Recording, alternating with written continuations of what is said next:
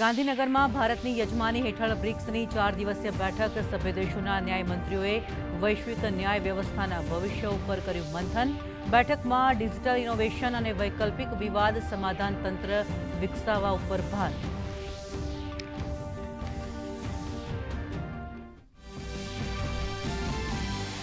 One nation one election ઉપર સંયુક્ત સંસદીય સમિતિની રાજ્યપાલ સાથે શુભેચ્છા મુલાકાત. ચૂંટણી સુધારા અને વહીવટી કાર્યક્ષમતા મુદ્દે સમિતિના અધ્યક્ષ પીપી ચૌધરીના નેતૃત્વમાં થઈ મહત્વપૂર્ણ ચર્ચા.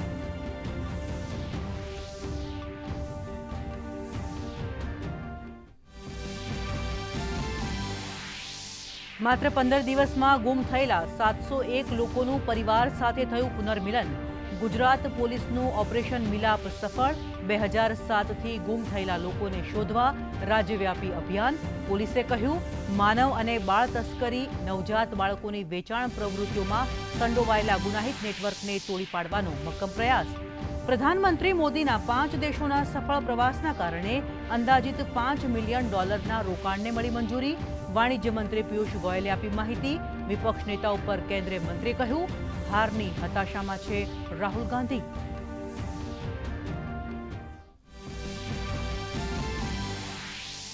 ખાડી દેશોમાં નાવિકોની સુરક્ષા અને દરિયાઈ સંચાલન ઉપર ભારતની ચાંપતી નજર. શિપિંગ મંત્રાલયના અધિક સચિવે કહ્યું, છેલ્લા 72 કલાક દરમિયાન ભારતીય ધ્વજવાળા જહાજ ઉપર હુમલાની કોઈ ઘટના નહીં. ખાડી ક્ષેત્રમાં તમામ નાવિકો છે સુરક્ષિત.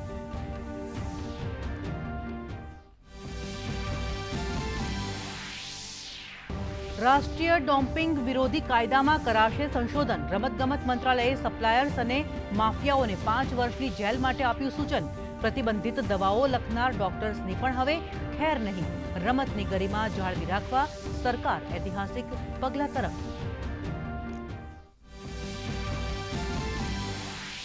રાજકોટમાં આરોગ્ય વિભાગના ડ્રાયફ્રૂટની દુકાન પર દરોડા. 2000 કિલો અખાદ્ય બદામનો જથ્થો કરાયો નાશ. ગોડાઉનને સીલ કરવાની કાર્યવાહી ચાલુ. ગોળા, આઈસ્ક્રીમ અને શ્રીખંડ જેવી ખાદ્ય બનાવટમાં અખાદ્ય બદામનો ઉપયોગ થતો હોવાનો ઘટસ્ફોટ.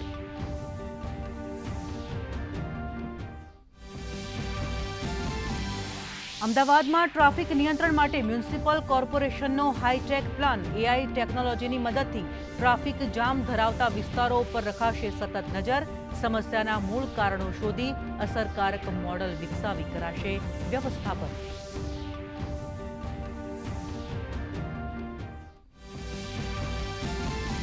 રાજ્યમાં આવતીકાલથી બદલાશે હવામાનનો મિજાજ. આવતીકાલે અને 23મી મેના રોજ ગીર સોમનાથ, અમરેલી, નવસારી, ડાંગમાં હળવોથી મધ્યમ વરસાદની શક્યતા. તો રાજ્યમાં ગરમીનો કેર યથાવત. 9 શહેરોમાં ગરમીનો પારો 40 ડિગ્રી પહોંચ્યો.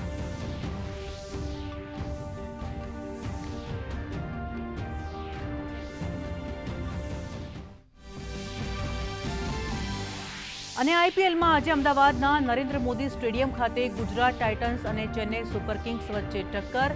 ગુજરાત આરસીબી કરતા આગળ રહી નંબર 1 બનાવવાના ઈરાદા સાથે ઉતરશે મેદાનમાં. તો ચેન્નઈ હારે તો પ્લેઓફની રેસમાંથી થશે બહાર.